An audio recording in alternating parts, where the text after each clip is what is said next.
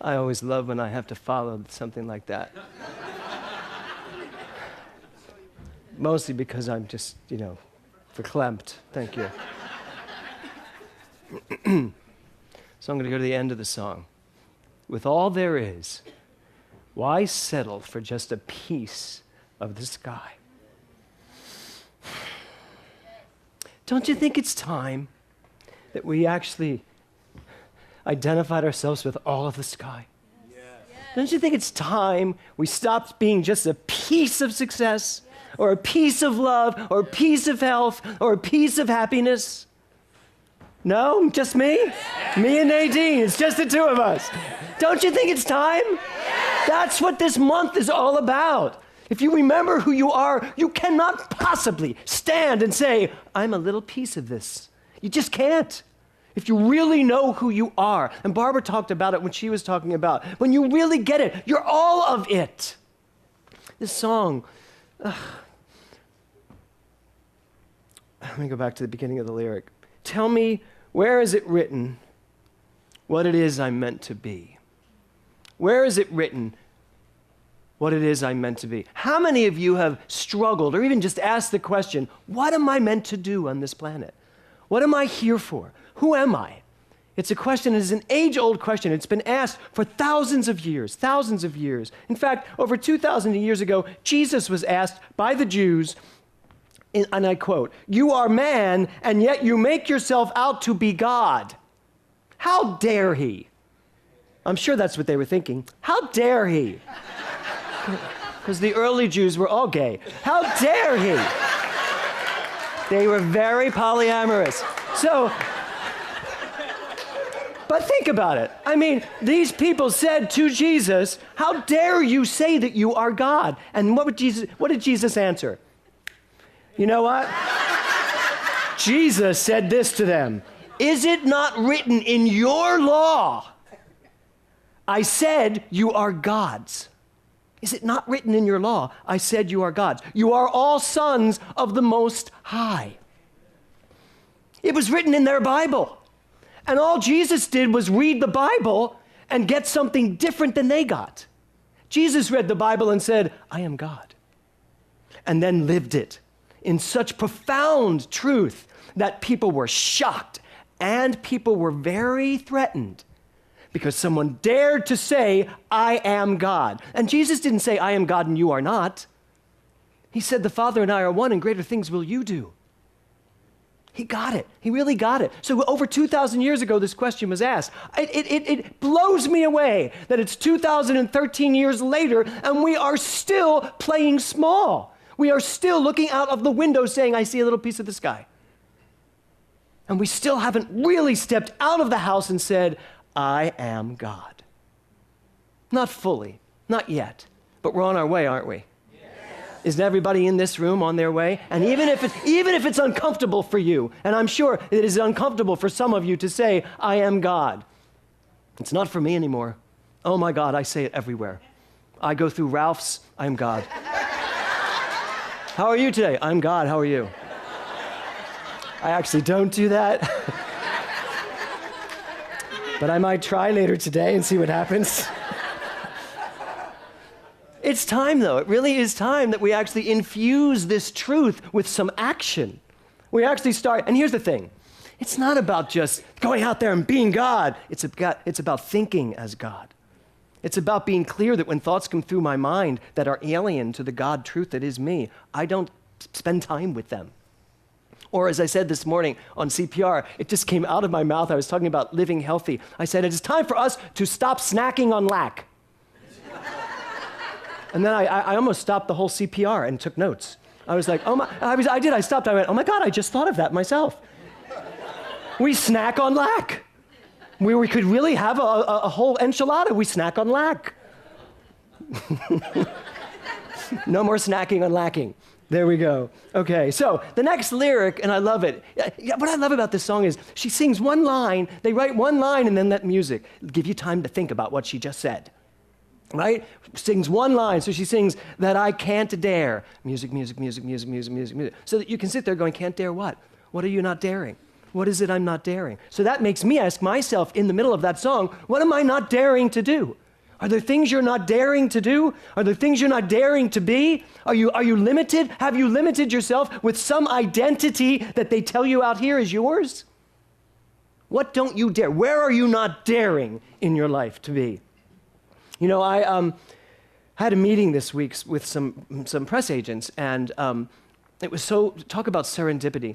They asked me about what do I do, and I said, well, here's the thing. My ministry really is about 3 words. I am God. And there was a pause, and the guy, and the gentleman who was sitting there, he reached over into his bag and pulled out a DVD and handed it to me, called 3 Magic Words, I Am God. And I was like, whoa. I was just like, wow, okay. And then, you know, I am very busy right now in my life. I have lots to do. But as it turned out, that night, like the one night in the last 10 years, I actually had nothing to do. And I wanted it that way. I had nothing to do. My husband was in Texas. My children were with their mothers. I had nothing to do. I had no class to teach. I had nothing to do. And I purposefully refused to fill my calendar. And then they handed me this DVD. So I went home, and after I watched my shows, I put on I Am God and sat there. And I was sitting in my living room, and it just washed over me. I turned all the lights out. If you drove by my house, I'd look like a spaceship, probably blue lights just coming out of the window. And it just washed over me, this incredible DVD, this incredible movie called I Am God, actually called 3 Magic Words, which we will do next year here. We will debut it here. So, 3 Magic Words. The man who wrote this book, and here's what's so amazing. His name is Ewell Anderson. But the book was written in 1954. Here I am thinking it's this brand new book. Someone finally dared to say, I am God. But it was written in 1954, which curiously is the year I was born. I know. I thought, clearly he felt it coming. There must have been a star in the sky. Oh my God, I am the Jesus. Unbelievable. So, I'm sorry, but when you read these things, you just have to look at the coincidence. There was a star in the east. I remember. Yes. Oh my God. So I watched this movie. Now here's the thing. So he writes a book called 3 Magic Words, I Am God. And then later on, I don't know, in the 70s, they changed the title. Guess it was just too provocative. They changed the title to The Key to Power and Personal Peace, and got rid of I Am God. Well, they crucified Jesus, and then they changed Ewell's book title. What do you think that's about? Is it really just because we're not ready to step into the entire sky? I think possibly part of it is we're threatened, we're scared. We're scared. What would it mean? What would it mean? What would it look like to you if you actually believed what I stand up here and say every week? And believe it longer than the time it takes you to drive from here to your house? What would it really mean if you really lived this? I can tell you, it's challenging sometimes. It is. It is challenging sometimes to say, this is God. This is God. And it was funny, Doug said something, or Barbara maybe, somebody said something about, all the good. I know that all the good is God. No. It's not just the good that's God. Not just what we say is good is God. It's all God. Every single bit of it. The good, the bad, and the ugly. All of it is God at some level. But here's the great news. We're a choice to decide which level we live God at. That's all it is. It is really simple, isn't it? I am God, and I can live as God in the most limited, lacking experience I can imagine. It doesn't mean I'm not God. So just saying I am God doesn't mean I get to live this magnificent life. Because I am God, and you are God, and you're living whatever life you're living based on your choice. But that's what we have to understand. It's my choice to live life at the level I decide to live it at. But I have to back it up to understanding I am God and know that any choice is mine to make.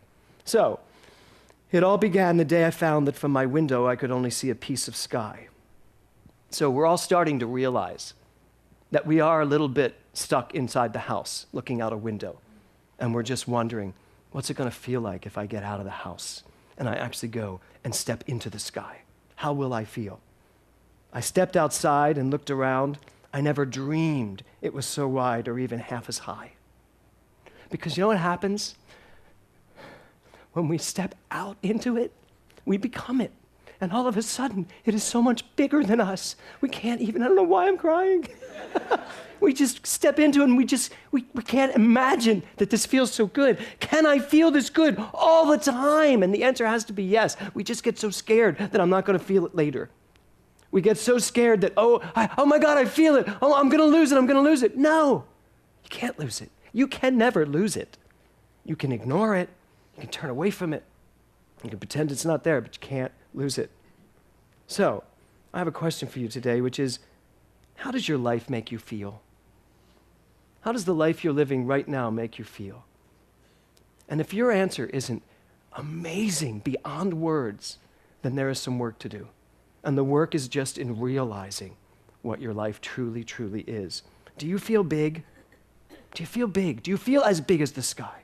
And if not, what is holding you back from feeling big? Because I know when I ask myself that, I get answers. When I dare to stand with myself and I say, what is holding you back from enjoying your life in this moment? I get answers. And sometimes I don't respond to those answers. Anybody else?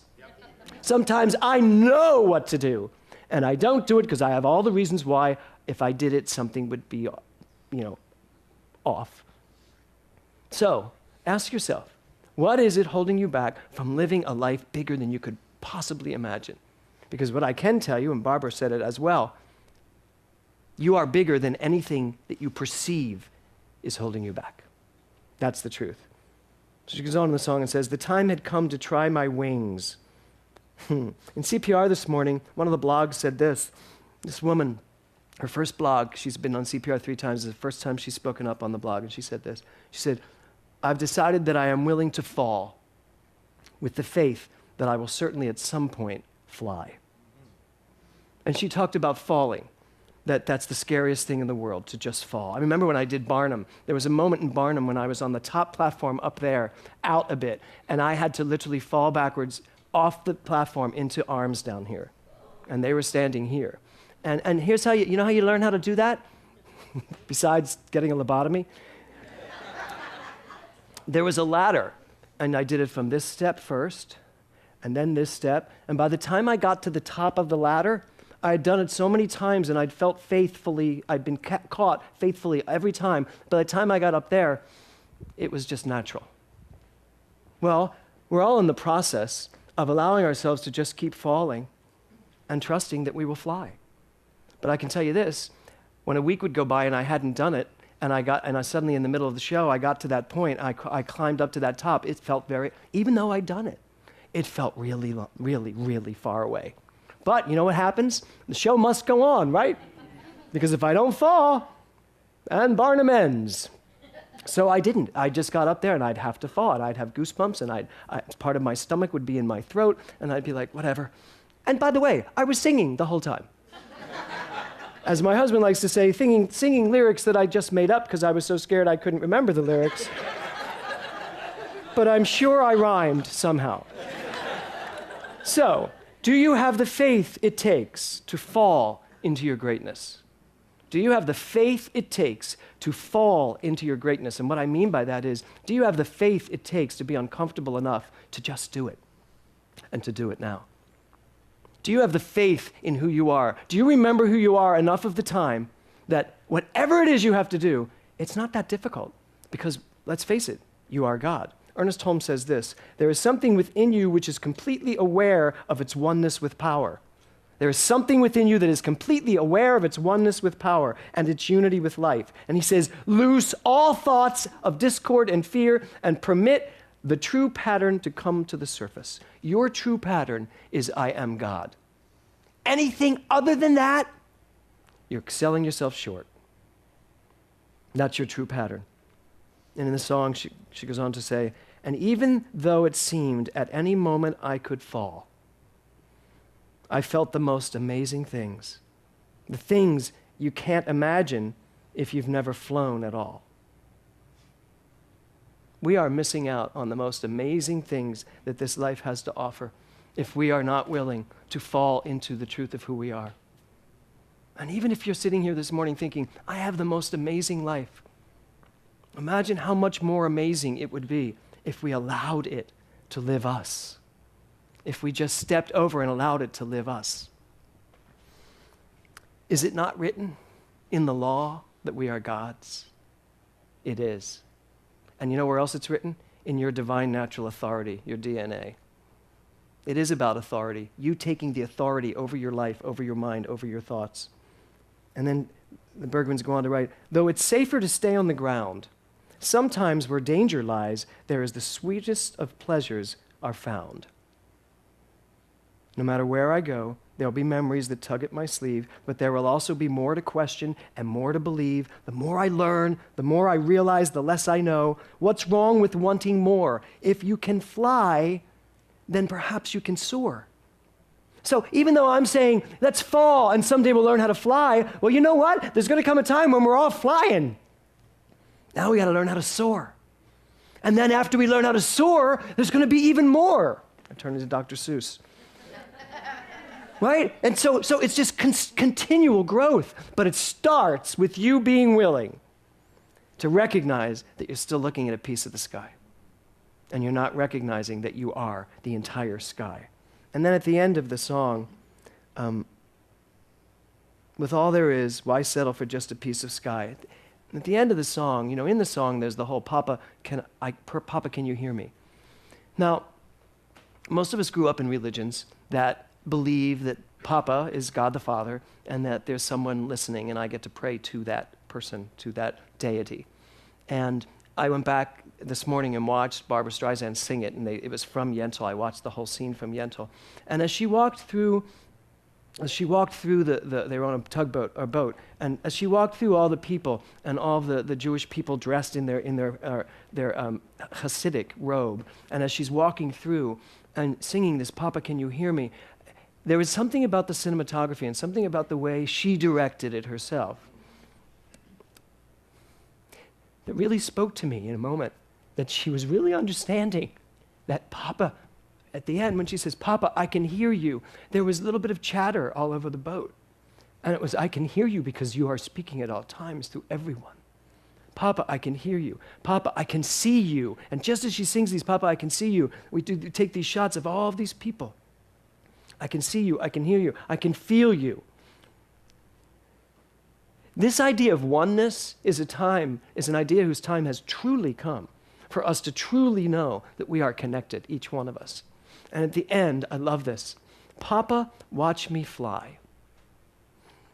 As a parent, I can tell you one of the greatest moments in life is when your child turns to you and says, watch this! And then, provided it's not jumping off the balcony or something, you just watch a child realize that they can do something. Remember those moments? Remember when you were a little child and you went, Dad, watch this! That's what I'm looking for. That's what this song says to me. That there is something in us that is speaking to our higher self, our more evolved self, that piece of us that knows who we are, that doesn't have to stand up here and say, I remember who I am. It's saying, why wouldn't you? Why wouldn't you? You know who you are. What do you mean you remember who you are? Wouldn't you forget? Right? And there's this thing inside of you saying, watch this, watch me do this, watch me succeed. Or we start with, watch me get a parking place in NoHo. But we took care of that. We gave you parking. Because Papa, you can hear me. And I can hear you. Right? So Papa, watch this. Watch me fly. Watch me do this. Watch me succeed. Watch me make a lot of money. Watch me find the soulmate of my life. Watch me overcome whatever this is. Watch me get rid of that cold because I suddenly see what it's all about. Because I stressed myself right into it. So now I'm going to bliss myself right out of it. Papa, watch me. So there is something in you that hears you. It's called the law. But there's something in you that hears you and you just have to say, watch me. Watch this, because that law is saying, I see you, I see you. The title of my talk today, could you imagine if I was just starting now? The title of my talk today, I would be Michael Beckwith. The title, you know what, I could sit and listen to him for hours, I really could. And I have. So, the title of my talk today is, oh, that'll be right on YouTube, great. Yeah, it's the last time he invites me to speak at his. So, the talk title is Allowing Ourselves to Be Lived. Allowing ourselves to be lived. Barbara mentioned it, surrender. There is something not only in you, there is something that is you, that is begging for you to allow it to live you, to live you, to love you, to be you. In Remember Who You Are month, it's also very helpful if you remember also what you're not. You are not your limitations. You are not your bank account. You are not your successes or your failures. You're not any of it. There's something in you that goes beyond all of it. And if we would just fall into allowing it to live us and get our bloated nothingness, as Emerson says, out of the way and just let it live us, then we really will fly. So I invite you for the rest of this month, I invite you to start by falling. Yes. Allow yourself to fall. You know when you say, I fall in love with someone? No one ever says, I fly in love with someone. I fly away, but I don't fly in love with someone. I fall in love with someone. That's because the fact that we fall in love means that something happens and it just takes us. And we can't help but fall. So how about if this month we let the truth of who we are, we let that love that is inside of us, we let that enormous sky that is who we are take us to such a depth, such a height, such a depth, such a width, such a bigness that we allow ourselves to fall. And once we fall, then we trust and know that that thing that we are will take over and we will, Papa, oh my God, you watch this, I will fly. You want your life to expand. You want your finances to expand. You want your health to be just so amazing that you walk through this life with such energy. You want all of that, then you have to trust and allow that something bigger than you, that you are, can take over. Just allow it to live you and watch how life lives itself. Namaste. Thank you. Thank you. Thank you.